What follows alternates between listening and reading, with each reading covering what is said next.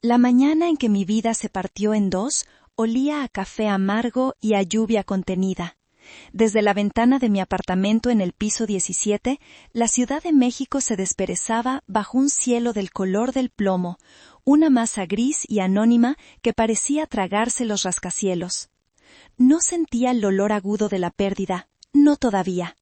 Lo que sentía era un vacío helado, una ausencia tan vasta y silenciosa como el panorama urbano frente a mí.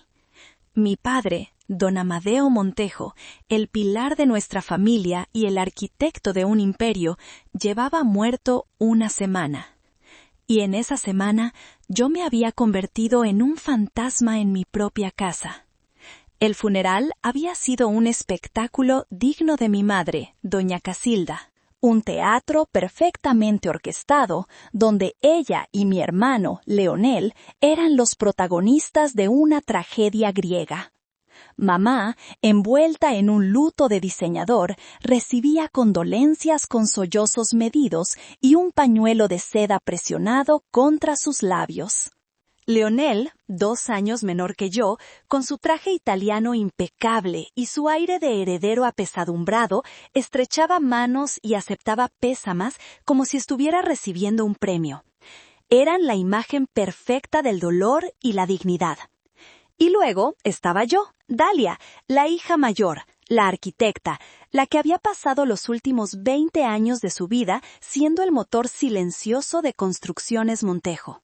Durante el funeral me mantuve en un segundo plano, observando. Nadie se me acercó. Nadie me ofreció una palabra de consuelo que no sonara a formalidad vacía. Para ellos, yo era un satélite orbitando el brillante sol que era Leonel, una pieza funcional pero invisible del engranaje familiar. Sabía que el día de hoy, el día de la lectura del testamento, sería difícil. Durante años, mi padre me había prometido que mi esfuerzo sería recompensado, que mi lugar en la empresa estaba asegurado. Tú eres el cerebro, hija. Leonel es la cara, pero tú eres los cimientos. Me decía en esos raros momentos de sinceridad, generalmente después de que yo hubiera resuelto otra de las crisis provocadas por la incompetencia de mi hermano. Pero esas promesas siempre se susurraban, nunca se declaraban en voz alta. Y ahora, con él ausente, esas palabras eran solo ecos en mi memoria. Aún así, mientras me ponía un sencillo vestido negro, una pequeña y terca brasa de esperanza ardía en mi pecho. Una parte ingenua de mí quería creer que la justicia, aunque tardía, encontraría su camino.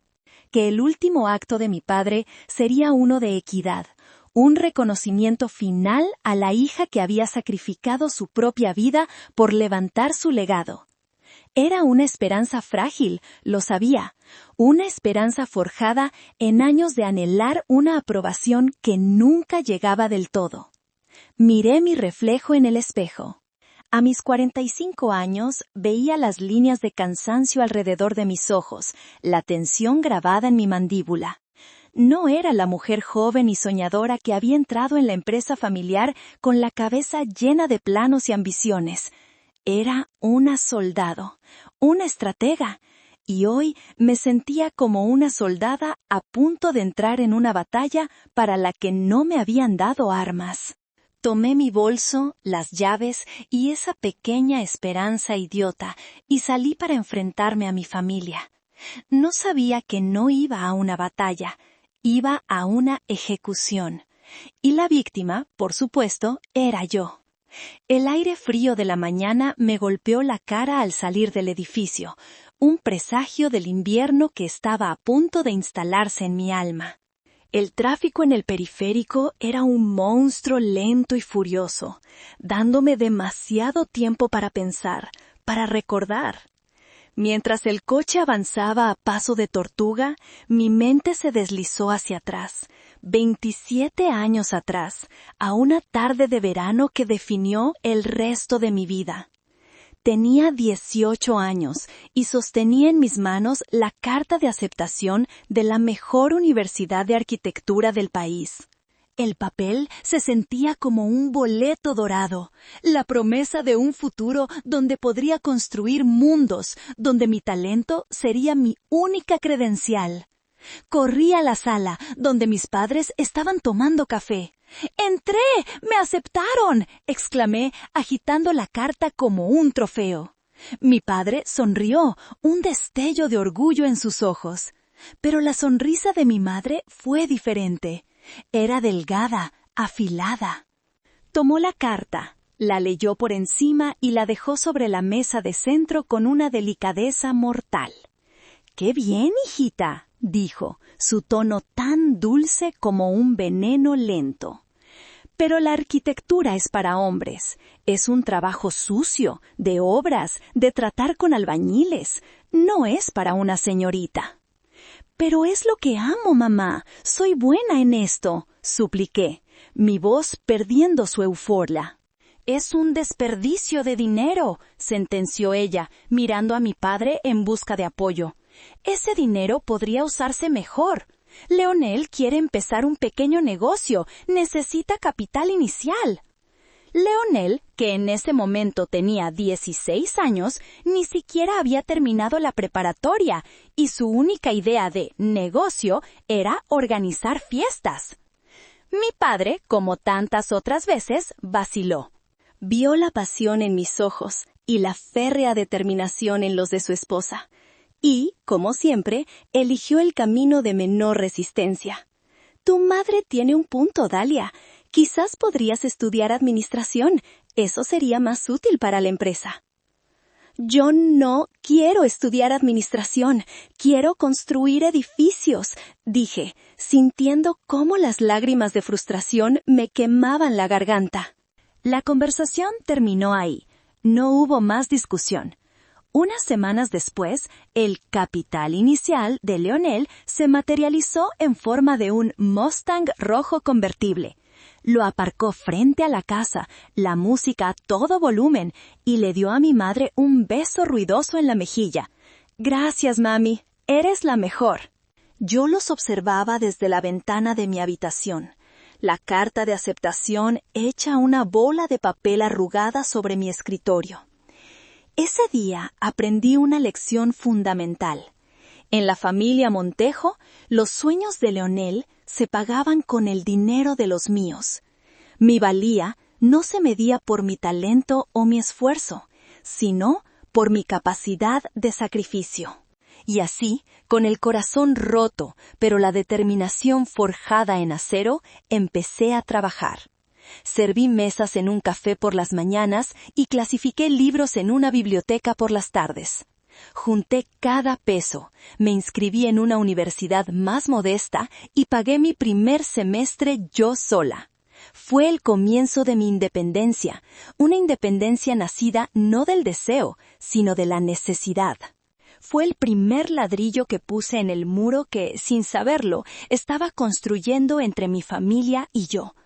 Un muro que hoy, mientras conducía hacia mi propio desheredamiento, se sentía más alto y más frío que nunca. Mi entrada en Construcciones Montejo no fue un acto de nepotismo, fue un acto de desesperación.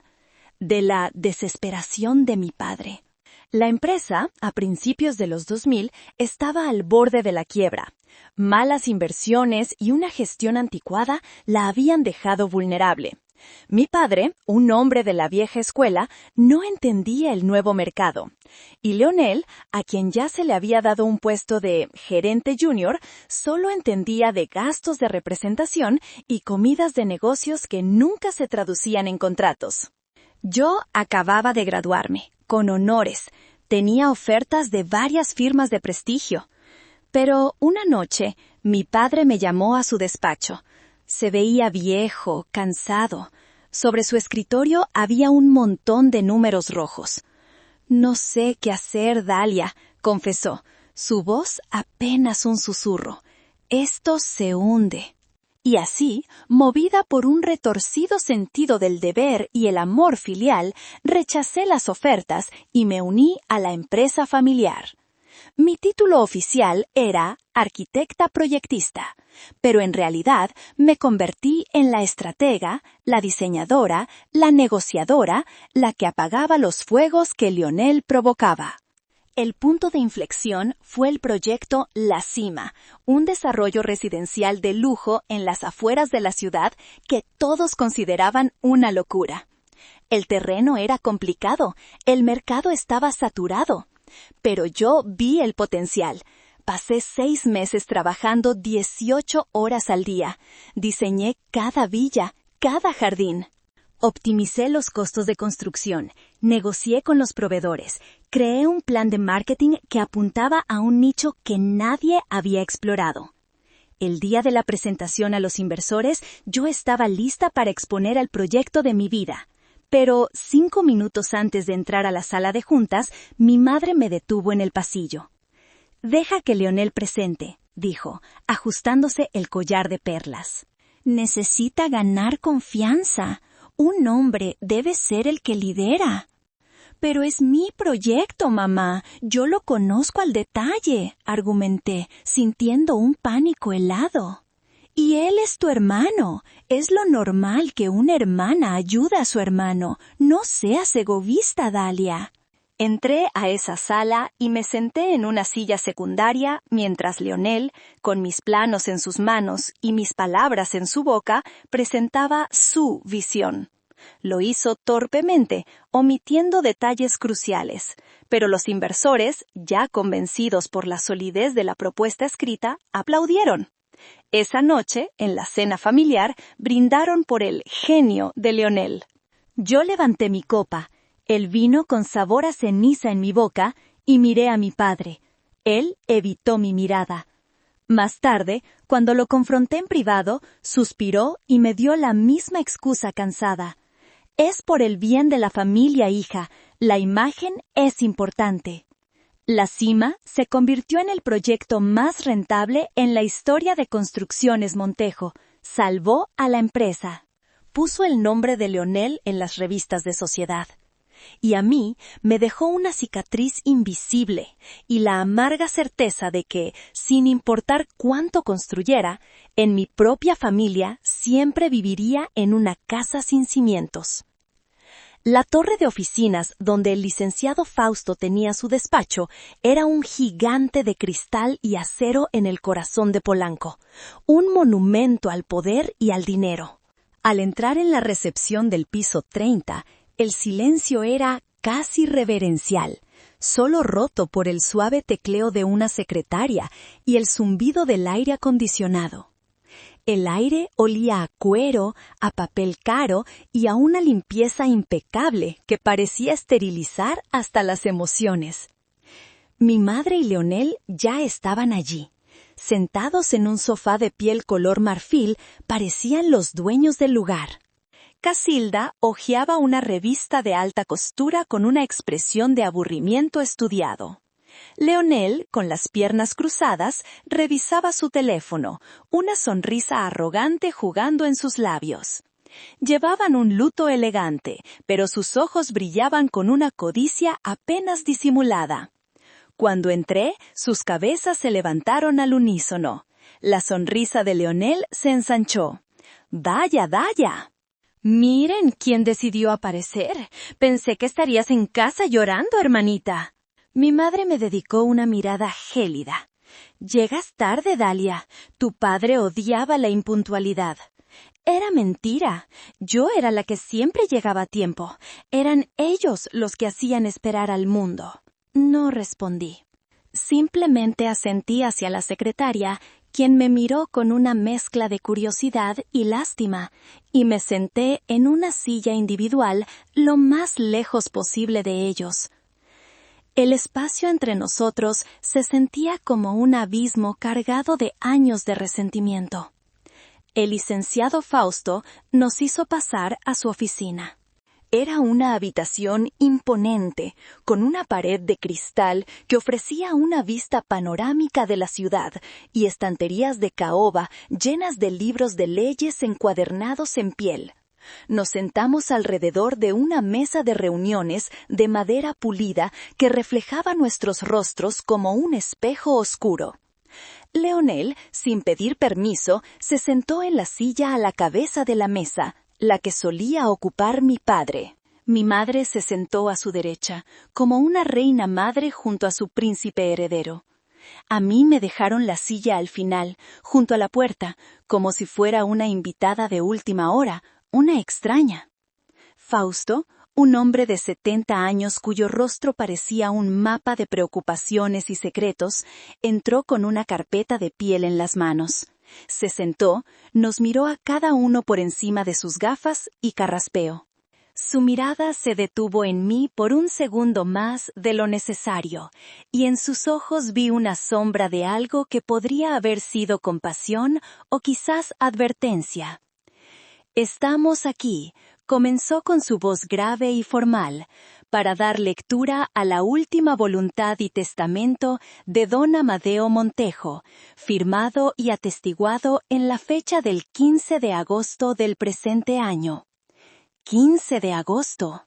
Eso fue apenas 2 meses antes de su muerte, una fecha demasiado reciente. Mi corazón dio un vuelco. El último testamento que yo conocía había sido redactado 5 años atrás. Leonel se reclinó en su silla, cruzando las manos detrás de la cabeza con un aire de triunfo. Mi madre sacó su pañuelo de seda, lista para el acto final. El aire en la habitación se volvió denso, pesado, como el aire antes de una tormenta eléctrica. Yo apreté mis manos en mi regazo, mis nudillos blancos, y me preparé para el impacto. El licenciado Fausto abrió la carpeta, y el crujido del papel pareció resonar en el silencio sepulcral de la oficina. Se ajustó las gafas y comenzó a leer. Su voz era un murmullo monótono, un recital de cláusulas legales y jerga notarial que despojaba a la muerte de toda su humanidad, convirtiéndola en una simple transferencia de bienes. Comenzó con los legados menores: un reloj de oro para su viejo amigo y socio, una donación a la parroquia local, una pequeña suma para Isidra, nuestra leal ama de llaves, desde que yo era niña. Escuchaba mi nombre con el corazón en un puño. A mi amada hija, Dalia Montejo, leyó Fausto, y sentí la mirada de mi madre y mi hermano clavada en mí. Le lego la colección de arte prehispánico que su abuela y yo reunimos, con la esperanza de que la cuide con el mismo amor con que la vio crecer. La colección de arte. Unas cuantas vasijas y figuras de barro que habían estado acumulando polvo en un rincón de la biblioteca. Eran hermosas, sí, pero su valor era puramente sentimental. Y en ese contexto se sentía como una bofetada. Hubo una pausa. Fausto levantó la vista del papel, su expresión indescifrable. Luego continuó. En cuanto al resto de mis bienes, presentes y futuros, incluyendo, pero no limitándose a, todas mis propiedades inmobiliarias, mis cuentas bancarias, mis inversiones, acciones y la totalidad de mi participación y control en la empresa Construcciones Montejo S.A.D.C.V., con un valor estimado de $77 millones. Podía oír el latido de mi propio corazón en mis oídos, un tambor sordo y ansioso. Se lo lego en su totalidad a mi único hijo varón, Leonel Montejo. La habitación pareció inclinarse. Las palabras flotaban en el aire, venenosas e irreales. Miré a Leonel. Una sonrisa lenta y triunfal se extendió por su rostro. Era la sonrisa de un chacal que finalmente se había apoderado de la presa.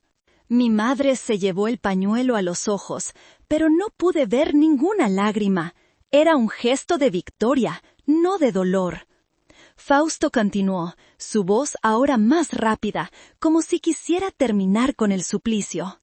Adicionalmente, Nombro a mi esposa, Casilda de Montejo, como usufructuaria vitalicia de la residencia principal en Las Lomas y de una pensión mensual a ser cubierta por las ganancias de la empresa, bajo la administración de mi hijo Leonel. Eso era todo. 25 años de mi vida, de mi sudor, de mi talento, borrados con una sola firma. No era solo el dinero. Era la anulación total de mi existencia, de mi contribución, de mi identidad. Me habían convertido en una nota a pie de página en la historia de mi propia familia. Me habían despojado no solo de una herencia, sino de mi lugar en el mundo que yo misma había ayudado a construir. Mi mente se quedó en blanco. El zumbido en mis oídos se hizo más fuerte. No podía respirar. Un torbellino de incredulidad y rabia se arremolinó dentro de mí, tan violento que me robó el aliento. Me puse de pie de un salto. La silla chirrió contra el suelo de mármol. Todas las miradas se centraron en mí. «No», dije, mi propia voz sonando lejana, extraña. «Eso no puede ser. Hay un error». Miré al licenciado Fausto buscando una grieta en su fachada profesional, una señal de que todo era una broma macabra. Mi padre, él nunca habría hecho esto, no después de todo lo que... Leonel soltó una carcajada, un sonido feo, burlón, que cortó el aire tenso. «Oh, por favor, hermanita, ¿de verdad creíste que el viejo te iba a dejar algo? Siempre fuiste la mula de carga, nada más. Acéptalo de una vez, no eres nadie». Cada palabra era un golpe. Me volví hacia mi madre, mi última y desesperada esperanza. «Mamá, di algo. Tú sabes la verdad. Tú sabes lo que he hecho por esta familia, por esa empresa».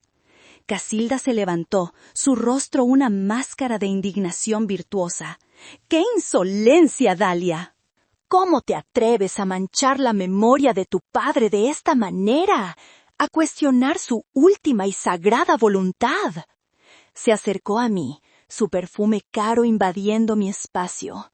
«Tu padre vio la verdad al final. Vio que solo un hombre podía llevar las riendas de su imperio. Tu hermano». Puso una mano sobre el hombro de Leonel, un gesto de coronación. «Siempre has sido una desagradecida, llena de envidia por tu hermano. No tienes corazón». La acusación era tan absurda, tan retorcida, que me quedé sin palabras. Ella, que había envenenado a mi padre contra mí durante años, me llamaba sin corazón. «Largo de aquí», siseó, su voz baja y llena de veneno. «Esta lectura ha terminado para ti. Ya oíste lo que te tocaba, tus vasijas de barro. Ahora vete, no tienes nada más que hacer aquí, ya no eres parte de esta familia». Las últimas palabras resonaron en la oficina, finales, irrevocables. Ya no eres parte de esta familia. Leonel, envalentonado por el apoyo de mi madre, se levantó y caminó hacia la puerta, abriéndola de par en par. Se apoyó en el marco, cruzado de brazos, un matón en un traje de miles de dólares. «Ya lo oíste. El camino está libre», dijo con una sonrisa torcida.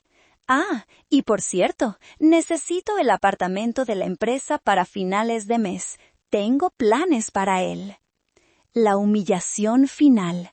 No solo me desheredaban, me dejaban en la calle. Miré por última vez al licenciado Fausto. Permanecía sentado, su rostro una piedra, sus ojos fijos en los papeles sobre la mesa, como si no quisiera ser testigo de mi ejecución. No había ayuda allí. Estaba sola. Con la poca dignidad que me quedaba, erguí la espalda. Caminé hacia la puerta, pasando junto a mi hermano sin mirarlo. Pude sentir su mirada de desprecio quemándome la nuca. Al salir al pasillo, la puerta se cerró detrás de mí con un clic suave y definitivo. El sonido de la risa de Leonel se filtró a través de la madera. En ese momento, en el pasillo silencioso y estéril, el fantasma en el que me habían convertido finalmente se rompió. El viaje en el ascensor fue un descenso silencioso hacia el infierno. Me miré en las paredes de espejo y no reconocí a la mujer que me devolvía la mirada. Su rostro estaba pálido, sus ojos desorbitados, su boca una línea apretada de dolor. Parecía una extraña, una actriz en el drama de otra persona. Cuando las puertas se abrieron en el vestíbulo, caminé como un autómata a través del lujoso espacio, ajena a las miradas curiosas de la gente que pasaba. Una vez dentro de mi coche, el shock inicial comenzó a disiparse, dando paso a una ola de angustia tan abrumadora que me dobló por la mitad. Apoyé la frente en el volante y el primer sollozo se me escapó, un sonido gutural, animal, que rasgó el silencio del estacionamiento subterráneo. Y luego vinieron más, uno tras otro, convulsiones que sacudían todo mi cuerpo.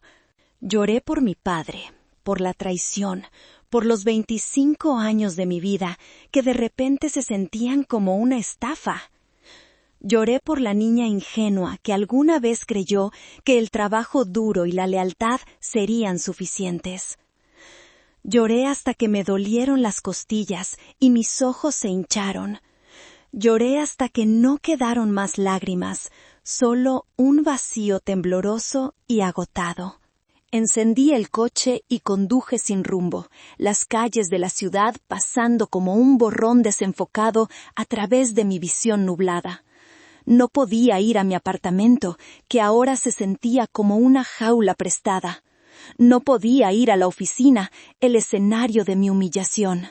No tenía a dónde ir. La frase de mi madre resonaba en mi cabeza. Ya no eres parte de esta familia. Me habían amputado, cortado de raíz, y ahora flotaba a la deriva en un océano de concreto. Terminé en el Parque Hundido, un oasis de verdor improbable en medio del caos urbano. Aparqué el coche y caminé entre los árboles, el aire húmedo y fresco calmando un poco el fuego en mi pecho.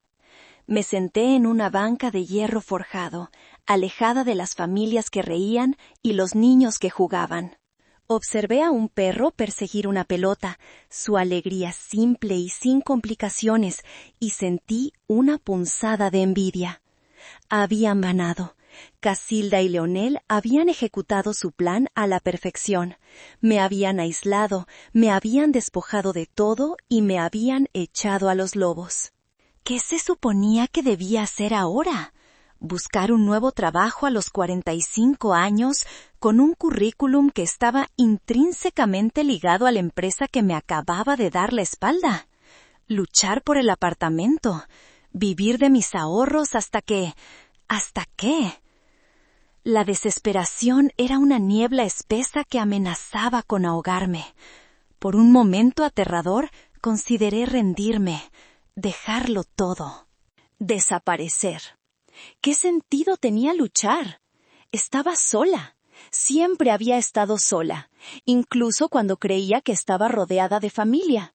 La soledad era una vieja conocida, pero nunca se había sentido tan absoluta, tan definitiva. El sol comenzó a bajar, tiñendo el cielo de tonos anaranjados y púrpuras. La belleza del atardecer era casi un insulto. Me abracé a mí misma, temblando, no de frío, sino de la más pura y desoladora impotencia. Había tocado fondo. Mientras la oscuridad se cernía sobre el parque y las luces de la ciudad comenzaban a parpadear como estrellas artificiales, el vibrar de mi teléfono en el bolso me sobresaltó. Lo ignoré. Probablemente era alguna tía chismosa, una de las monas voladoras de mi madre, llamando para ofrecer una compasión falsa y recabar detalles jugosos de mi caída en desgracia. Pero el teléfono insistió, una vibración tenaz y urgente. Con un suspiro de resignación, lo saqué. En la pantalla brillaba un nombre que no esperaba, Lic Fausto. Mi primer instinto fue rechazar la llamada. Él había sido el verdugo, el mensajero de mi ruina. Se había quedado sentado, impasible, mientras me destrozaban. ¿Qué podría querer ahora? ¿Ofrecerme sus condolencias formales? Pero algo en la insistencia de la llamada me detuvo. Dejé que sonara una vez más, y en el último segundo deslicé el dedo por la pantalla y me llevé el teléfono a la oreja, sin decir nada. «¿Dalia?», dijo su voz, y sonaba diferente a la del abogado monótono de hacía unas horas. Había una nota de apremio, casi de ansiedad. Permanecí en silencio. «Dalia, sé que probablemente no quieras hablar conmigo», continuó, «y lo entiendo, pero necesito que me escuches, por favor». «¿Qué quiere?», logré decir, mi voz ronca por el llanto. «Necesito que vengas a mi despacho personal». «No, a la oficina del consorcio, a mi despacho privado en la colonia Roma. Te enviaré la dirección. Es importante, es crucial». Una risa amarga se me escapó. ¿Crucial? Creo que ya hemos pasado el punto de lo crucial, licenciado. La ejecución fue un éxito. ¡Felicidades! Hubo una pausa al otro lado de la línea. Luego, su voz bajó, volviéndose más intensa. «Esto no ha terminado, Dalia. Te juro por la memoria de tu padre que esto no ha terminado. Lo que viste hoy fue solo el primer acto de una obra que tu padre escribió. Por favor, confía en mí una última vez. No te rindas todavía». Las palabras «confía en mí» eran un gatillo. Confiar, después de hoy, era absurdo. Pero la mención de mi padre, la idea de que esto era algo que él había escrito, encendió una minúscula chispa en la oscuridad de mi desesperación. Era ilógico, era irracional, pero era lo único que tenía. «¿Dónde estás?», preguntó él, su tono más suave ahora. «En ninguna parte», respondí con sinceridad. «Ven, te estaré esperando. No importa lo tarde que sea». Colgó. Me quedé mirando el teléfono, el mensaje con la dirección ya brillando en la pantalla. Mi mente me gritaba que era una trampa, una nueva humillación. Pero mi corazón, o lo que quedaba de él, se aferró a esa extraña promesa en su voz. ¿Y si había algo más? ¿Qué más podía perder? Ya me lo habían quitado todo. Con un movimiento lento y deliberado, como si mis miembros pesaran 1 tonelada, me levanté de la banca. Caminé de regreso al coche bajo la luz pálida de las farolas. Arranqué el motor e introduje la dirección en el GPS. La voz metálica me indicó la ruta hacia la colonia Roma, hacia una posibilidad remota, hacia la última y más improbable de las esperanzas. El despacho personal del licenciado Fausto era el polo opuesto a la ostentosa oficina corporativa. Era un espacio acogedor en un viejo edificio porfiriano, con pisos de madera que crujían, olor a libros antiguos y un desorden organizado que hablaba de una mente en constante trabajo. Me recibió en la puerta, sin la formalidad de antes, vestido con un suéter de lana y una expresión de genuina preocupación. Me ofreció un brandy, que acepté sin dudar. El líquido ambarino quemó mi garganta, pero calmó el temblor de mis manos. «Lo que presenciaste hoy, Dalia», comenzó, sentándose frente a mí en un sillón de cuero gastado, «fue una charada, una dolorosa pero necesaria charada». Lo miré, escéptica. «Tu padre sabía lo que Casilda y Leonel harían», continuó. «Sabía que en cuanto él faltara, intentarían apoderarse de todo y dejarte sin nada. Luchó contra ello durante años, pero al final su enfermedad lo debilitó, y ellos se aprovecharon». Me entregó una carpeta de piel, mucho más gruesa que la del testamento. «Esto», dijo, su voz solemne, «es la verdadera última voluntad de tu padre». Mientras mis dedos rozaban la carpeta, mi mente se disparó hacia atrás, a una tarde lluviosa, 3 días antes de que mi padre muriera. La imagen era tan vívida que casi podía oler el ozono en el aire y sentir la humedad en la habitación del hospital. Isidra me había llamado, su voz un susurro urgente. «Señorita Dalia, el patrón quiere verla. A solas». Cuando llegué, mi padre estaba sentado en la cama, más lúcido de lo que lo había estado en semanas. El cóctel de medicamentos a veces le concedía estos breves periodos de claridad. Me pidió que cerrara la puerta. «Hija», dijo, su voz un hilo débil pero firme. «Ya no me queda tiempo, y tengo que arreglar las cosas». Sus ojos, hundidos en su rostro demacrado, estaban llenos de un arrepentimiento que me partió el alma. «He sido un cobarde. Dejé que tu madre, que el orgullo, te hicieran daño. No te defendí como debía». «No digas eso, papá», susurré, tomándole la mano. Estaba fría como el hielo. «Es la verdad», insistió, «pero no dejaré que se salgan con la suya. No te dejaré desprotegida». Señaló una carpeta idéntica a la que ahora sostenía en mis manos, que descansaba sobre su mesita de noche. «Fausto traerá los papeles. Lo que vas a firmar no es un testamento. Es algo diferente, más fuerte».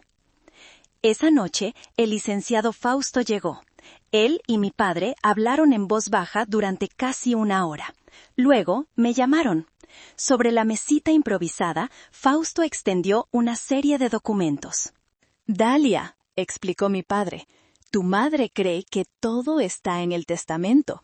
Lo estará buscando, lo manipulará. Pero se equivoca. El corazón de todo, la constructora, ya no estará allí». Fausto me lo explicó en términos legales. Don Amadeo ha constituido un fideicomiso irrevocable.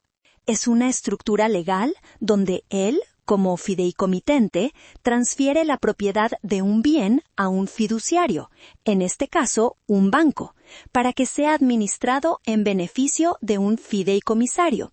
En este caso, el bien son el 100% de las acciones de Construcciones Montejo, y la única fideicomisaria eres tú, Dalia. Mi cerebro apenas podía procesar la información. El testamento que tu madre encontrará y probablemente alterará solo dispondrá de los bienes personales, las casas, el dinero en el banco, continuó mi padre. Pero la empresa, Dalia, la empresa es tuya. Legalmente lo es desde el momento en que esto se registre. Lo hemos mantenido en secreto. Quiero que ellos crean que han ganado. Quiero que muestren su verdadera cara. Me temblaba la mano mientras sostenía la pluma. Miré a mi padre. En sus ojos vi una última chispa de su antigua astucia, el estratega que había construido un imperio. No era un acto de amor convencional, era una jugada de ajedrez, una partida que se jugaría desde la tumba. «Firma, hija», me urgió. «Es la única manera. Protégete». Y firmé. Firmé cada página, mi nombre junto al de mi padre, un acto final de alianza en un campo de batalla familiar. Cuando Fausto se fue, mi padre me apretó la mano. «Ahora descansa», me dijo. «La guerra acaba de empezar». 3 días después, murió. De vuelta en el presente, en el despacho de Fausto, abrí la carpeta. Dentro estaban las copias certificadas de los documentos del fideicomiso, con mi firma y la de mi padre, selladas y registradas ante notario un día antes de su muerte. Era real, todo era real. «¿Por qué no dijo nada hoy?», pregunté, mi voz temblando, no de debilidad, sino de una furia helada que comenzaba a nacer. ¿Por qué me dejó pasar por esa humillación? Fausto se sirvió un poco más de brandy. Fue su última instrucción, Dalia, y fue una genialidad. Tu padre era un hombre de negocios hasta el final. Sabía que Casilda y Leonel son arrogantes. Si hubiéramos presentado esto desde el principio, habrían iniciado una guerra legal interminable. Habrían intentado impugnar el fideicomiso, alegando que tu padre no estaba en sus cabales. Habrían arrastrado tu nombre y el de la empresa por el lodo durante años. Se inclinó hacia adelante, su mirada intensa. Pero tu padre predijo cada uno de sus movimientos. Déjalos que crean que han ganado, me dijo. Déjalos que se emborrachen de poder. Déjalos que muestren su verdadera naturaleza ante el mundo. Una vez que te hayan echado, una vez que te hayan humillado públicamente, habrán perdido toda autoridad moral. Nadie podrá defenderlos. Se habrán condenado a sí mismos. Comprendí. La escena en la oficina no había sido mi ejecución, había sido su confesión. Se habían delatado. Al expulsarme, al reírse de mí, le habían demostrado al único testigo presente, a Fausto, la clase de personas que eran. Habían validado la decisión de mi padre. El testamento que leí hoy, continuó Fausto, era una versión modificada por tu madre, por supuesto. Ella lo presionó para que lo firmara en un momento de debilidad. Es legalmente endeble y podríamos haberlo impugnado, pero tu padre no quería eso. Quería una solución definitiva. El fideicomiso es una fortaleza, es irrevocable. Ni siquiera tú, como fideicomisaria, puedes disolverlo fácilmente. La empresa está blindada y te pertenece a ti. La magnitud de la estrategia de mi padre me dejó sin aliento. No había sido un cobarde. Había sido un general planeando su última batalla. Sacrificó un peón, mi dolor temporal, para proteger a la reina. Me había dado no solo la propiedad de la empresa, sino también la justificación moral para tomarla. Les había dado a Casilda y a Leonel la soga, y ellos mismos se la habían puesto al cuello. El testamento les deja los bienes personales, aclaré, mi mente comenzando a funcionar de nuevo, fría y analítica. Exacto, confirmó Fausto. La casa, las cuentas líquidas, las otras propiedades, unos $77 millones en total. Una fortuna, sí, pero es veneno. Los consumirá, porque lo que ellos realmente querían no era el dinero, era el poder, el trono. Y ese, Dalia, ese es tuyo. Me quedé en silencio, asimilando la enormidad de todo. El dolor seguía ahí, la herida de la traición era profunda. Pero debajo de ella, algo nuevo estaba creciendo, una resolución de acero. Mi padre me había dado las armas, ahora dependía de mí usarlas. El brandy había dejado de temblar en mi mano. Lo dejé sobre la mesa con un golpe seco y definitivo. El calor del alcohol se extendió por mi cuerpo, no como un narcótico, sino como un combustible. La Dalia rota que se había derrumbado en el coche hacía unas horas estaba desapareciendo, siendo reemplazada por la arquitecta, la estratega, la mujer que había salvado una empresa al borde del abismo. Miré al licenciado Fausto, y por primera vez en todo el día, mis ojos estaban secos y mi mirada era firme. La víctima se había ido. La cazadora había despertado. De acuerdo, dije, mi voz sonando más fuerte, más clara. Entiendo la estrategia de mi padre. Ahora, ¿cuál es la nuestra?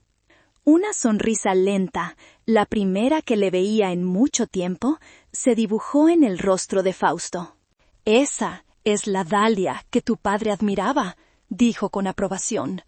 Nuestra estrategia es simple, pero requiere precisión y sangre fría. No vamos a atacar de frente, vamos a ejecutar una toma de control corporativa, limpia, rápida y brutal. Se levantó y comenzó a caminar por el despacho, su energía renovada. Leonel se cree el rey. Mañana por la mañana llegará a la oficina, se sentará en el sillón de tu padre y empezará a dar órdenes. Tu madre probablemente estará con él, planeando cómo redecorar y qué fiestas organizar. Estarán en la cima del mundo. Y es ahí, en el punto más alto de su arrogancia, donde vamos a cortarles las piernas. Sacó un organigrama de la empresa de un cajón. El Consejo de Administración. Hay 7 miembros, incluyéndote a ti y, hasta hoy, a Leonel. De los otros 5, 3 eran leales a tu padre hasta la médula. Hombres que respetan el trabajo duro y desprecian la incompetencia de tu hermano. Ya he hablado con ellos. Están esperando mi señal. ¿Qué hay de los otros 2? Pregunté. Títeres de tu madre. No importan. Con los 3 leales y tu voto como accionista mayoritaria, tenemos el control absoluto. Mi mente empezó a trazar el plan, a visualizar los pasos como si fuera el plano de un edificio. Entonces, convocamos una junta de consejo extraordinaria. Exactamente, asintió Fausto. Mañana, a primera hora. La ley nos ampara. Como dueña del 100% de las acciones en fideicomiso, tienes la autoridad para hacerlo. Llegaremos, presentaremos la documentación del fideicomiso, que es irrefutable, y procederemos a la votación. La primera moción será tu nombramiento como presidenta del Consejo de Administración. La segunda, la destitución inmediata de Leonel por justa causa. ¿Justa causa?, repetí. Por supuesto, dijo Fausto, sus ojos brillando con astucia. He estado documentando sus indiscreciones durante años por orden de tu padre. Tenemos pruebas de malversación de fondos, contratos inflados con empresas de sus amigos, ausencias injustificadas. Lo tenemos atrapado. No podrá reclamar ni un peso de indemnización. Un escalofrío me recorrió. Mi padre había estado planeando esto durante mucho tiempo. Quiero que todo sea impecable, Fausto, dije, mi voz cortante. Quiero que sea legal, oficial e innegable. No quiero dejarles ni una sola grieta por la que puedan intentar arrastrarse de vuelta. Lo será, me aseguró. Mañana, Dalia, no solo reclamarás lo que es tuyo, reclamarás tu nombre, tu trabajo y tu futuro. Ellos te humillaron en privado, tú los desmantelarás en público. Me puse de pie, sintiendo una oleada de poder y claridad que nunca antes había experimentado. Ya no era la hija invisible, la hermana sacrificada. Era la heredera, y estaba lista para reclamar mi reino. El resto de la noche se convirtió en un cuartel general de guerra. El despacho de Fausto, antes un santuario de reflexión, ahora bullía con una energía eléctrica. El brandy fue reemplazado por café negro y espeso. El silencio por el sonido de teléfonos, impresoras y la voz firme de Fausto dictando mociones legales. Mientras él se encargaba de la artillería legal, mi papel era el del estratega de campo. Lo primero que hice fue llamar a Javier, el jefe de seguridad de Construcciones Montejo, un exmilitar, leal a mi padre hasta la médula ósea, y uno de los pocos en la empresa que veía a Leonel por lo que era, un payaso incompetente. Javier, soy Dalia, dije cuando contestó, mi tono sin preámbulos. Hubo una pausa. Señorita Dalia, lamento mucho lo de su padre. Gracias, Javier, te necesito.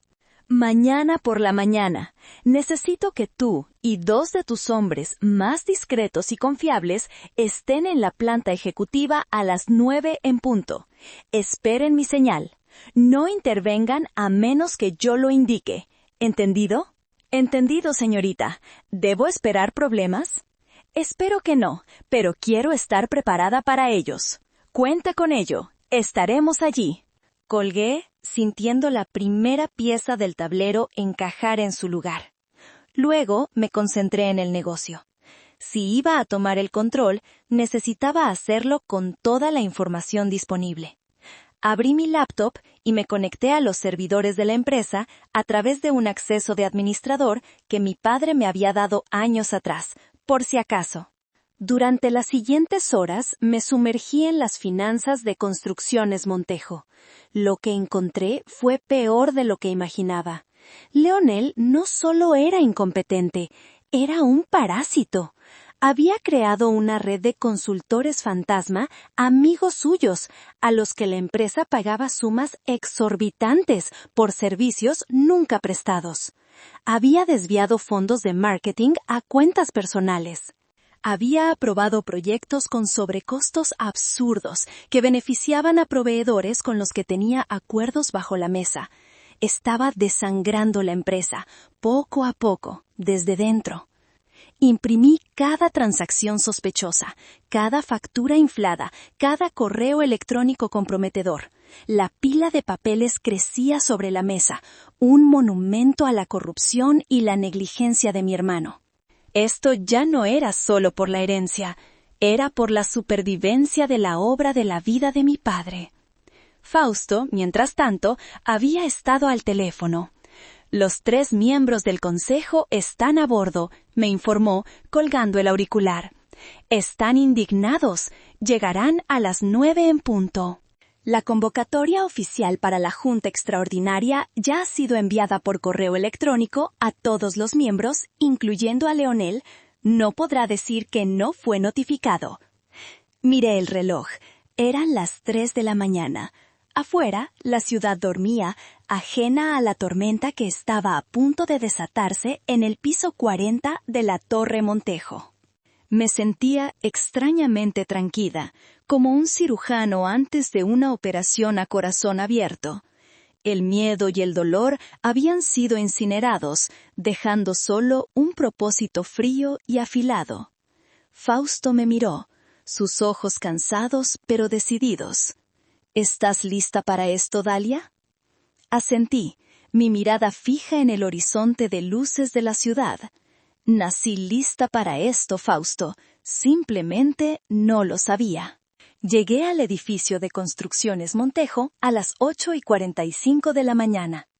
El sol de la mañana se reflejaba en la fachada de cristal, haciendo que la torre pareciera una aguja de luz apuntando al cielo. El edificio que mi abuelo había fundado, que mi padre había hecho un imperio y que yo, en silencio, había ayudado a sostener.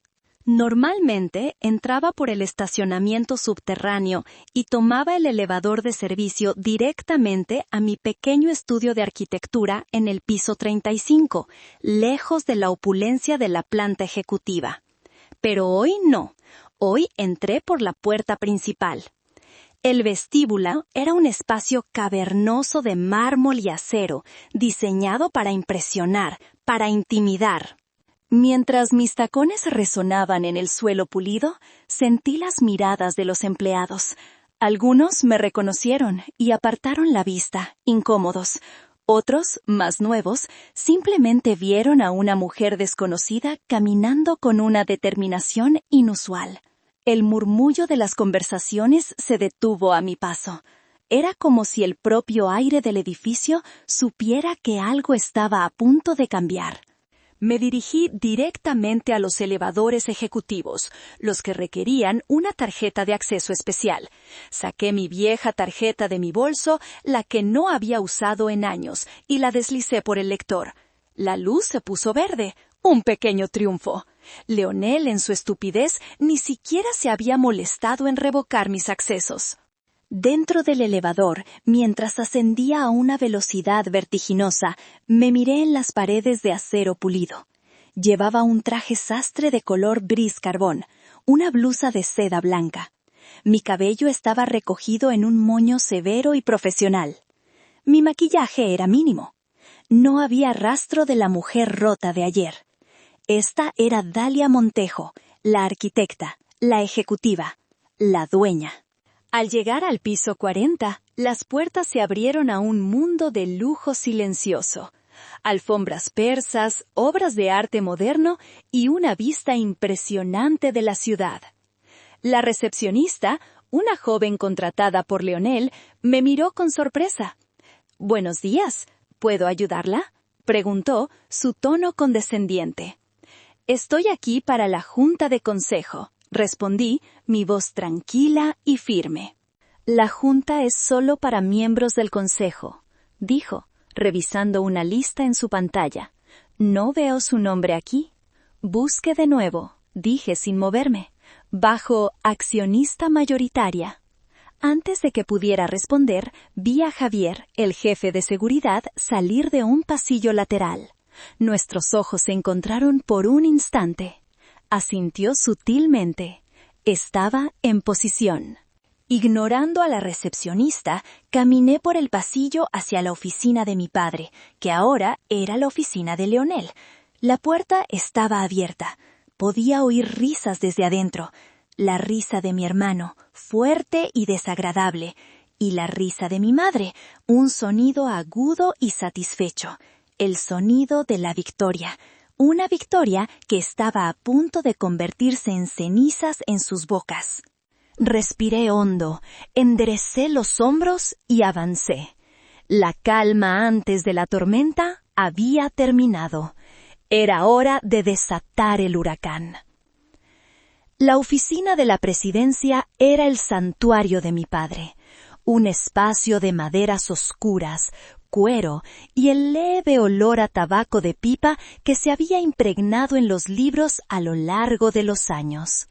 Era un lugar de poder silencioso, de decisiones que habían moldeado el horizonte de la ciudad.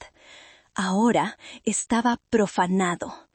Leonel estaba recostado en el gran sillón de cuero de mi padre, con sus zapatos de diseñador sobre el escritorio de caoba maciza. Sostenía una copa de champaña en una mano y un puro en la otra. El humo apestaba la habitación, una falta de respeto flagrante a la memoria de un hombre que había dejado de fumar hacía 20 años. Mi madre, Casilda, estaba de pie junto a la ventana, hablando animadamente con un hombre bajo y regordete, que reconocí como uno de los decoradores de interiores más caros de la ciudad. «Quiero todo esto fuera», decía ella, haciendo un gesto despectivo hacia los muebles de mi padre.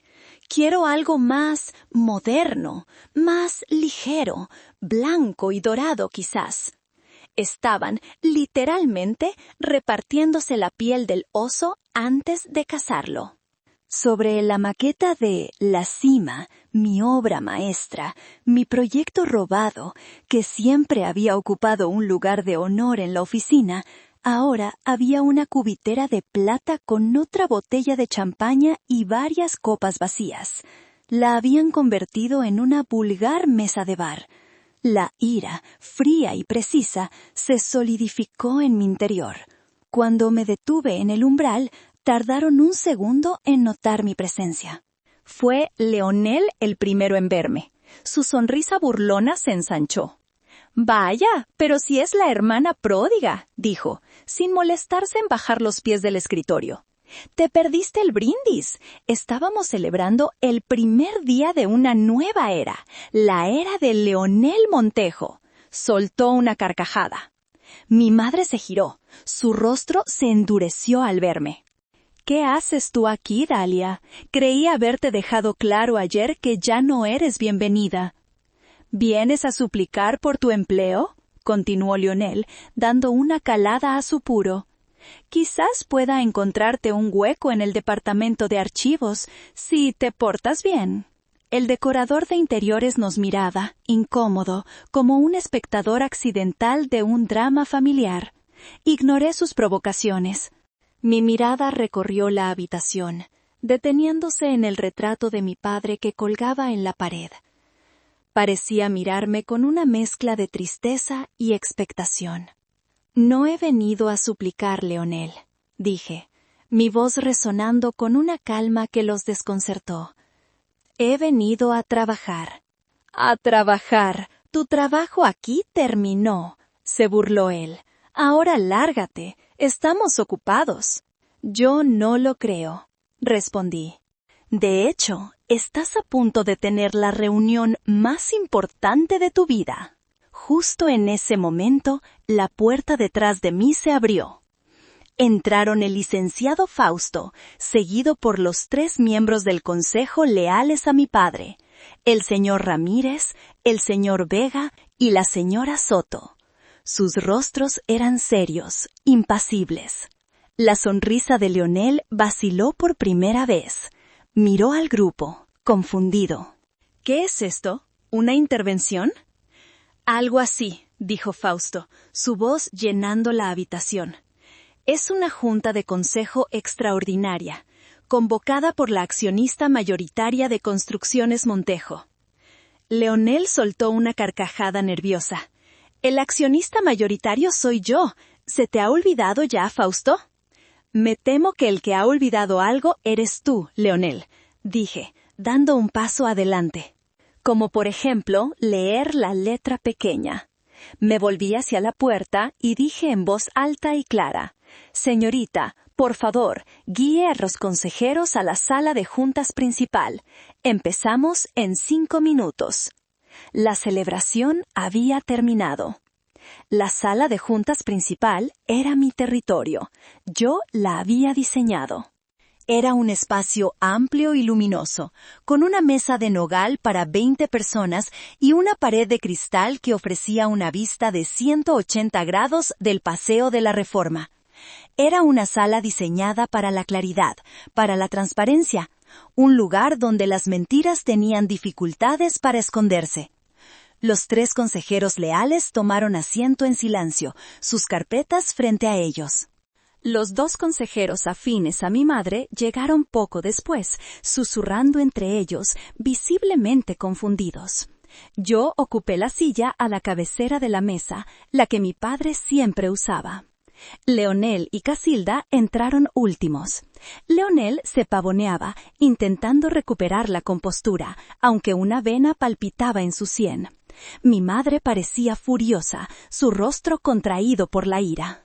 «Exijo saber qué significa esto», espetó Casilda, quedándose de pie detrás de la silla de Leonel. «Significa que vamos a tener una reunión, mamá. Siéntate, por favor», dije, mi tono cortés pero inflexible. «No recibo órdenes de ti», replicó ella. «En esta sala sí», intervino el señor Ramírez, el consejero más antiguo, un hombre con una reputación de integridad intachable. «Siéntese, señora Montejo, o la reunión procederá sin usted». Con una mirada asesina, Casilda se sentó. Leonel intentó tomar el control. «Bien, ya que todos estamos aquí malgastando nuestro tiempo, ¿cuál es el punto de esta farsa? El testamento fue claro. Yo soy el presidente. Yo dirijo esta empresa ahora». «Me temo que hay una confusión fundamental, Leonel», dije, manteniendo mi voz estable. «El testamento de mi padre, como bien sabes, dispone de sus bienes personales». Hice una pausa, dejando que las palabras calaran. Sin embargo, la empresa, Construcciones Montejo, no era un bien personal en el momento de su muerte. Leonel frunció el ceño. «¿De qué demonios estás hablando?» Fue entonces cuando el licenciado Fausto, que había permanecido en silencio hasta ese momento, tomó la palabra.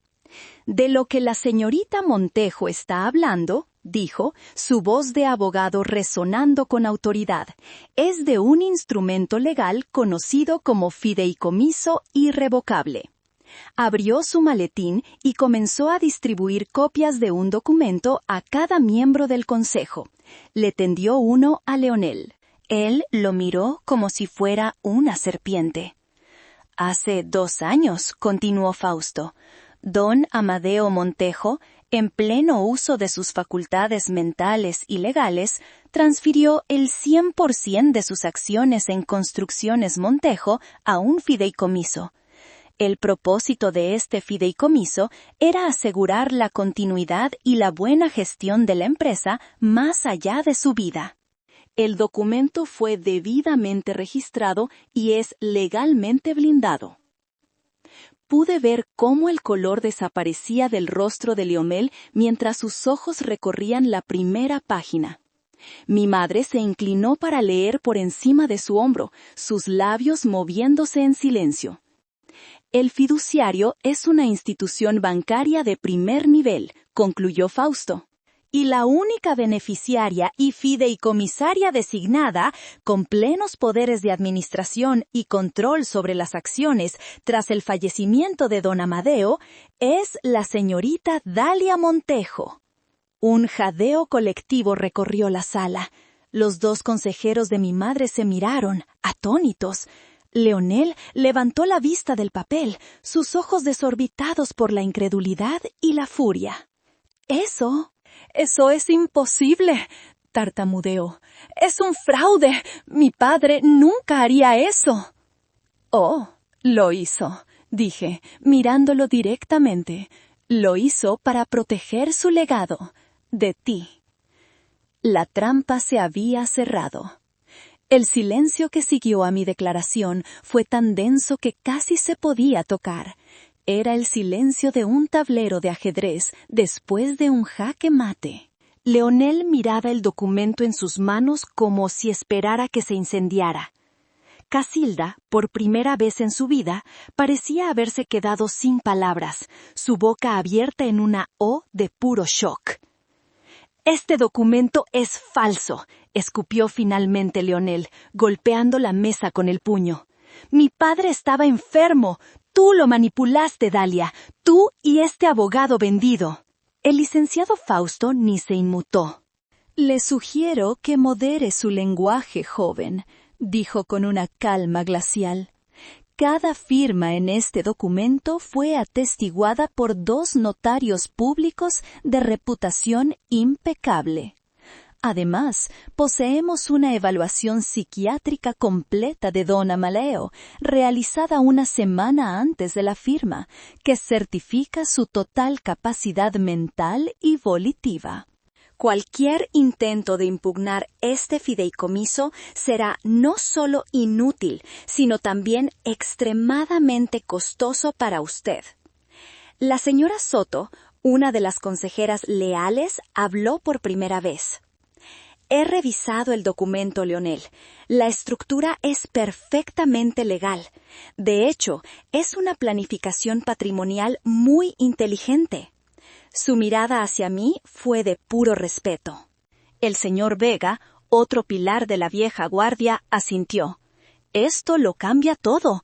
El testamento que oímos ayer es prácticamente irrelevante en lo que respecta al control de esta compañía». La realidad estaba cayendo sobre ellos como una avalancha. Mi madre encontró su voz, ahora un chillido agudo y desesperado. «No podéis hacer esto. Amadeo me lo prometió. Prometió que Leonel se haría cargo». «Amadeo prometió proteger su empresa, Casilda», la corrigió el señor Ramírez, su voz grave resonando con autoridad. «Y parece que eso es exactamente lo que hizo». Leonel se levantó de un salto, su rostro rojo de ira. «No me importa lo que digan estos papeles. Yo soy su hijo. Esta empresa me pertenece por derecho de sangre». «La ley no reconoce el derecho de sangre, Leonel», dije, mi voz tranquila cortando su histeria. «Reconoce contratos, firmas y fideicomisos. Y según estos documentos, yo soy la dueña. Y como dueña, he convocado esta junta con un propósito. Tenemos una agenda que seguir». Señalé la pantalla al final de la sala, que de repente se iluminó. En ella apareció el orden del día. Junta de Consejo Extraordinaria.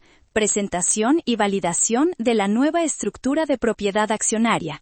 Votación para el nombramiento del nuevo presidente del Consejo de Administración.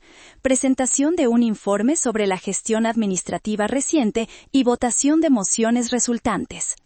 Como pueden ver, continué, el punto 1 ya ha sido cubierto. Procedamos al punto 2. Someto a votación la moción para nombrarme a mí, Dalia Montejo, como presidenta del Consejo de Administración de Construcciones Montejo. Miré a los consejeros.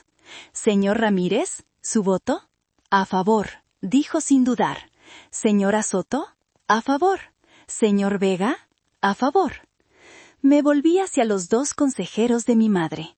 Uno de ellos, viendo hacia dónde soplaba el viento, murmuró un débil «a favor». El otro se abstuvo. Con 4 votos a favor, 1 en abstención y, miré a Leonel, 1 en contra, supongo, la moción es aprobada. Asumo la presidencia a partir de este momento. Golpeé suavemente la mesa con los nudillos, un gesto que le había visto a mi padre 1000 veces. El sonido fue el de un nuevo orden siendo establecido. La era de Leonel Montejo había durado menos de 24 horas. La atmósfera en la sala había cambiado por completo. La incredulidad había dado paso a una tensión eléctrica. Leonel se había vuelto a sentar, pero estaba en el borde de su silla, vibrando de una furia impotente. Mi madre lo miraba, luego a mí, como si no pudiera comprender la velocidad con la que su mundo se estaba desmoronando. «Ahora», dije, mi voz adquiriendo un filo de autoridad que ni yo sabía que poseía, «pasemos al punto 3 de la agenda, el informe sobre la gestión administrativa reciente». Presioné un botón en la consola frente a mí. La pantalla cambió, mostrando ahora una serie de hojas de cálculo, facturas y diagramas de flujo de dinero. Durante los últimos 2 años, comencé, mi tono el de una fiscal presentando su caso. Mientras ostentaba el cargo de director de marketing, el señor Leonel Montejo ha autorizado una serie de gastos que merecen nuestra atención. Por ejemplo, un contrato de consultoría estratégica por valor de 2 millones de pesos anuales a una empresa llamada Innovaciones Creativas. Curiosamente, esta empresa fue registrada hace 2 años y su único socio es un viejo amigo de la universidad del señor Montejo. Pasé a la siguiente diapositiva. También tenemos una serie de facturas por eventos de relaciones públicas en restaurantes y clubes nocturnos de lujo, sin una lista de asistentes o un informe de resultados. El total de estos gastos asciende a más de 3 millones de pesos en el último año fiscal. Continué, implacable, detallando los coches de lujo alquilados a nombre de la empresa, los viajes en primera clase a destinos exóticos, justificados como investigación de mercado, los proyectos con sobrecostos inexplicables. Con cada diapositiva, la evidencia se acumulaba, irrefutable. La pila de papeles que había preparado la noche anterior era mi arsenal, y estaba usando cada bala. En resumen, concluí, bajo la supervisión del señor Montejo, la empresa ha sufrido una sangría financiera sistemática que, de haber continuado, la habría llevado a la insolvencia en menos de 5 años. Esto no es solo incompetencia, esto, señores del Consejo, es fraude. Leonel saltó de su silla. «¡Mientes! ¡Son mentiras! ¡Estás inventando todo esto!». «¿De verdad, Leonel?», respondí, levantando una ceja. «Tengo cada recibo, cada transferencia, cada correo electrónico. ¿Quieres que los proyecte uno por uno? Podemos pasar aquí el resto del día». Se quedó callado, su rostro una mezcla de pánico y odio. A la luz de esta evidencia, continué, mi voz resonando con un poder final, someto a votación la siguiente moción: la destitución inmediata de Leonel Montejo de su cargo y de esta empresa, por justa causa, basada en malversación de fondos, negligencia grave y fraude corporativo. No necesité pedir los votos uno por uno. Un coro de «a favor» llenó la sala. Incluso los 2 consejeros de mi madre votaron a favor, ansiosos por distanciarse de un barco que se hundía. Me levanté, mi mirada fija en mi hermano.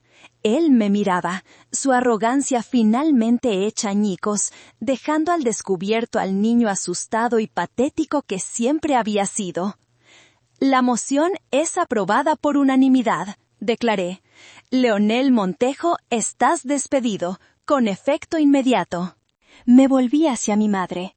Mamá, tus privilegios como dependiente de la empresa, incluyendo tarjetas de crédito, coche y chofer, quedan revocados. Tienes hasta el final del día para devolverlos. Finalmente, volví a mirar a Leonel, y con una calma que me sorprendió a mí misma, pronuncié las palabras que habían estado esperando para nacer. Ayer, tú me corriste de la lectura del testamento. Hoy, como tu jefa, te corro de mi empresa. Hice una pausa y levanté el teléfono del intercomunicador. Seguridad, por favor, a la sala de juntas. Los 2 guardias de seguridad que entraron eran los hombres de confianza de Javier. Eran grandes, impasibles y se movían con una eficiencia silenciosa que resultaba intimidante. Se detuvieron a cada lado de la puerta esperando órdenes. La realidad finalmente golpeó a Leonel con la fuerza de un tren de carga. Su rostro se contorsionó en una máscara de furia animal. «¡No puedes hacerme esto!», gritó, su voz rompiéndose. «Soy un Montejo. Esta es mi empresa». «Era la empresa de nuestro padre», lo corregí, mi voz sin emoción. «Y ahora es la mía.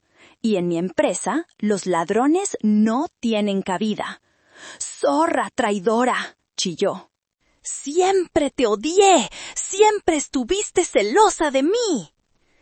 Se abalanzó hacia la mesa, como si fuera a atacarme, pero el señor Ramírez y el señor Vega se levantaron al instante, bloqueándole el paso. Los guardias dieron un paso adelante. Fue entonces cuando Casilda intervino. Su ira se había transformado en una histeria teatral. Se arrojó a mis pies, literalmente. Se aferró a mis rodillas, sus sollozos sacudiendo su cuerpo. «Dalia, por favor, hija mía, no le hagas esto a tu hermano. Es tu sangre. Piensa en la familia». La escena era tan grotesca, tan desesperada, que sentí una oleada de náusea. La misma mujer que 24 horas antes me había llamado desagradecida y me había echado a la calle, ahora apelaba a la sangre y la familia. Me desafé de su agarre con un movimiento brusco. «La familia», repetí, la palabra con sabor a veneno en mi boca. ¿Dónde estaba esa familia cuando yo trabajaba hasta el amanecer mientras él se iba de fiesta? ¿Dónde estaba esa familia cuando me robaron mis proyectos, mis ideas? ¿Dónde estaba esa familia ayer cuando me humillaron y me trataron como a una extraña? La miré a los ojos y en ellos no vi arrepentimiento, solo pánico por perder su estatus, su dinero, su vida de lujo. «Tú no sabes nada de familia, mamá, solo sabes de conveniencia». Me volví hacia los guardias. «Por favor, escolten al señor Montejo fuera del edificio. Asegúrense de que recoja solo sus efectos personales, nada que pertenezca a la empresa». «¡No me toquen!», gritó Leonel cuando uno de los guardias le puso una mano en el brazo. «¡Quítenme las manos de encima!». «Y la señora Montejo», añadí, mi voz cortante, «también se retira». Los guardias, con una fuerza tranquila, sujetaron a Leonel por los brazos y comenzaron a sacarlo de la sala. Él se resistía, gritando insultos, maldiciones, amenazas. Casilda se levantó, corriendo tras ellos, llorando y suplicando: «¡Mi hijo! ¡Dejad a mi hijo!». Los miembros del consejo observaban la escena en un silencio atónito. Era la implosión de una dinastía en tiempo real. Los seguimos con la mirada mientras eran conducidos por el pasillo de la planta ejecutiva y luego hacia los elevadores. Los empleados salían de sus oficinas, atraídos por el alboroto, y observaban con los ojos muy abiertos cómo el recién coronado rey y su reina madre eran expulsados ignominiosamente de su propio castillo. La puerta del elevador se cerró, cortando los gritos de mi hermano, y entonces un profundo silencio cayó sobre el piso 40. Un silencio que no era vacío, sino lleno de posibilidades. Un silencio que marcaba el fin de una era de mentiras y el comienzo de algo nuevo, algo mío. La salida dramática de mi madre y mi hermano no fue el final, fue el principio. El verdadero trabajo, el trabajo sucio y agotador, acababa de empezar. Las siguientes semanas fueron un bautismo de fuego. El primer día, después de que la conmoción se asentara, reuní a los jefes de departamento. Muchos me miraban con recelo, leales al antiguo régimen o simplemente asustados por el cambio. No les di un discurso inspirador, les di datos. Proyecté en la misma pantalla donde había expuesto a Leonel el estado financiero real de la empresa, las deudas ocultas, los proyectos inflados, el flujo de caja negativo. Construcciones Montejo está al borde del colapso, les dije, mi voz resonando en la sala silenciosa. La gestión anterior nos ha llevado a esto. No tenemos tiempo para lamentos ni para lealtades pasadas. Tenemos tiempo para trabajar. Aquellos que estén listos para reconstruir esta empresa sobre una base de integridad y trabajo duro son bienvenidos. Aquellos que no, la puerta está abierta. Fue una purga necesaria. Algunos de los lacayos de Leonel presentaron su renuncia esa misma tarde. Otros, los verdaderos profesionales que habían sido marginados durante años, se acercaron a mí con una nueva luz en sus ojos, ofreciéndome su apoyo y sus ideas. El desastre que Leonel había dejado era peor de lo que las cifras iniciales sugerían. Había firmado contratos vinculantes con penalizaciones millonarias. Había comprometido a la empresa en proyectos sin viabilidad alguna, solo para mantener las apariencias. Había dejado un rastro de promesas rotas a clientes y proveedores. Me encontré trabajando 20 horas al día. Llegaba a la oficina antes de que saliera el sol y me iba mucho después de que se hubiera puesto. Mi apartamento se convirtió en un lugar donde solo dormía unas pocas horas. La empresa era mi vida, ahora de una manera literal y abrumadora. Pasé días renegociando deudas con los bancos, presentando nuevos planes de viabilidad, demostrándoles que la nueva dirección era seria y competente. Visité personalmente a los clientes más importantes, me disculpé por los errores del pasado y les presenté mis planes para el futuro. Desmantelé la red de corrupción de Leonel, cortando lazos con proveedores fraudulentos y despidiendo a los empleados cómplices. Fue un infierno. Hubo días en que me sentí abrumada, en que dudé de mi capacidad para sacar a flote un barco tan grande y tan dañado. En esas noches me encerraba en mi nueva oficina, la antigua oficina de mi padre, y miraba el retrato. No hablaba con él, pero su mirada severa y orgullosa parecía recordarme la razón por la que estaba luchando. No era por el dinero, era por el nombre Montejo, un nombre que mi hermano había manchado y que yo estaba decidida a limpiar. Lentamente, muy lentamente, las cosas empezaron a cambiar. Un banco accedió a reestructurar nuestra deuda. Un cliente clave retiró una demanda y nos dio una segunda oportunidad. Los empleados empezaron a sonreír de nuevo, a proponer ideas, a sentir que formaban parte de algo que valía la pena salvar. Estábamos limpiando los escombros, estábamos sentando nuevos cimientos. Unos cimientos basados en el mérito y la honestidad, no en el apellido y la arrogancia. Mientras yo estaba inmersa en la batalla por salvar la empresa, mi antigua familia no desapareció en silencio. Una vez que la realidad de su nueva situación se asentó, y probablemente después de que el dinero del testamento comenzara a menguar gracias al extravagante estilo de vida de Leonel, empezó el asedio. Primero fueron las llamadas. Decenas de llamadas al día a mi móvil personal, a mi oficina, a mi asistente.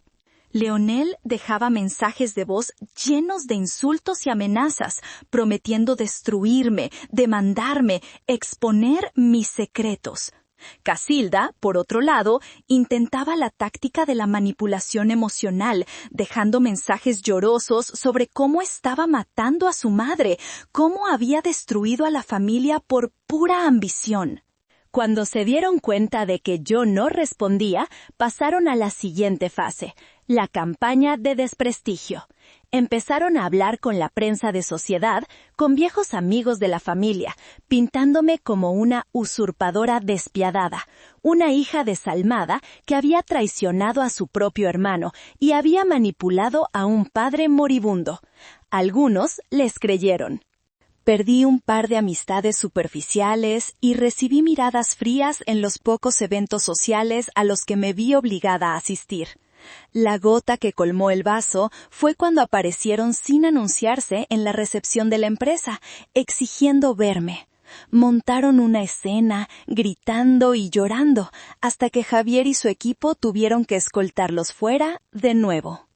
Esa noche supe que tenía que poner un punto final. No por odio, sino por pura necesidad de paz, para poder concentrarme en la monumental tarea que tenía por delante. Le pedí al licenciado Fausto que actuara como intermediario. La oferta fue clara y no negociable. A través de un fondo personal, no de la empresa, les asignaría una pensión mensual. No era una fortuna, pero era suficiente para que alquilaran un apartamento decente en una buena zona y vivieran cómodamente, sin lujos. Podrían mantener un nivel de vida de clase media alta, algo que millones de personas considerarían un privilegio. La condición era igualmente clara. A cambio de la pensión, firmarían un acuerdo de confidencialidad y una orden de restricción. No podrían hablar de mí o de la empresa en público. No podrían contactarme, ni a mí ni a ningún empleado de la empresa bajo ninguna circunstancia. No podrían acercarse a menos de 500 metros de mi casa o de las oficinas. Si violaban el acuerdo una sola vez, la pensión se cancelaría de por vida. Fausto me dijo que, al principio, se negaron rotundamente, indignados. Pero cuando sus abogados les explicaron la solidez de mi posición legal y la precariedad de la suya, y cuando las facturas de sus tarjetas de crédito empezaron a acumularse, aceptaron. Firmaron los papeles en silencio en la oficina de Fausto. Yo no estuve presente, no necesitaba estarlo. No había satisfacción en su derrota, solo una profunda y agotadora tristeza. Había tenido que tratar a mi propia madre y a mi hermano como adversarios hostiles, levantar muros legales para mantenerme a salvo de ellos. Fue el acto final de cortar el cordón umbilical, un acto necesario pero doloroso. No era perdón. El perdón estaba a años luz de distancia, quizás en otra vida. Eran consecuencias, simplemente las consecuencias lógicas de sus propios actos. Han pasado 6 meses desde la junta de consejo que cambió mi vida. 6 meses de trabajo incesante, de decisiones difíciles y de pequeñas victorias que, sumadas, han empezado a cambiar el rumbo de Construcciones Montejo. Hemos estabilizado las finanzas, hemos recuperado la confianza de nuestros clientes, hemos empezado a soñar de nuevo. La oficina que una vez fue el símbolo de la tiranía de mi padre y de la arrogancia de mi hermano es ahora mía. La he rediseñado. Las maderas oscuras y el cuero pesado han sido reemplazados por cristal, acero y luz. Es un espacio abierto, colaborativo. En la pared donde antes colgaba el retrato al óleo de mi padre, ahora cuelga el plano original del primer edificio que diseñé, el que me valió mi título. Es un recordatorio, no de dónde vengo, sino de lo que soy capaz de hacer por mí misma. Mi madre y mi hermano cumplieron el acuerdo. A veces oigo rumores sobre ellos a través de la tía Elena, la única que todavía intenta jugar a 2 bandas. Sé que viven en un apartamento en la del Valle, que Leonel intenta sin éxito lanzar negocios que siempre fracasan, que mi madre se queja constantemente de su vida reducida. No siento nada al oírlo, son figuras de un pasado que ya no me pertenece. He aprendido que el verdadero legado de mi padre no era el dinero ni el poder, era la capacidad de construir, de crear algo duradero a partir de la nada. Y eso es lo que estoy haciendo. Estoy reconstruyendo su empresa, sí, pero también estoy construyendo mi propia vida, una vida basada en mis propios términos. Hace unas semanas firmé la creación de la Fundación Amadeo Montejo para jóvenes arquitectas. Usando mis propios fondos, daremos becas completas a mujeres talentosas de bajos recursos que quieran estudiar arquitectura, para que ninguna de ellas tenga que elegir entre su sueño y la aprobación de su familia. Ese, creo, es un legado del que mi padre, el verdadero mi padre, el que vi en sus últimos días, estaría orgulloso. Me han dicho que soy fría, despiadada, que la sangre es más espesa que el agua y que nunca debí darle la espalda a mi familia. Pero ellos me dieron la espalda primero. Me quitaron mi juventud, mi confianza y casi mi carrera. Yo lo recuperé todo y más. Les di lo suficiente para que sobrevivieran, pero les quité el poder que usaban para herir. Les di exactamente el mismo lugar en mi vida que ellos me habían asignado a mí. Ninguno. Y ahora les pregunto a ustedes, a los que han escuchado mi historia, ¿hice lo correcto? ¿Fui demasiado lejos al trazar esa línea final? ¿Hice lo correcto? Gracias por escuchar. Si alguna vez has tenido que luchar por tu lugar en el mundo, por reclamar lo que es tuyo, comparte tu historia en los comentarios y no olvides suscribirte para más historias como esta.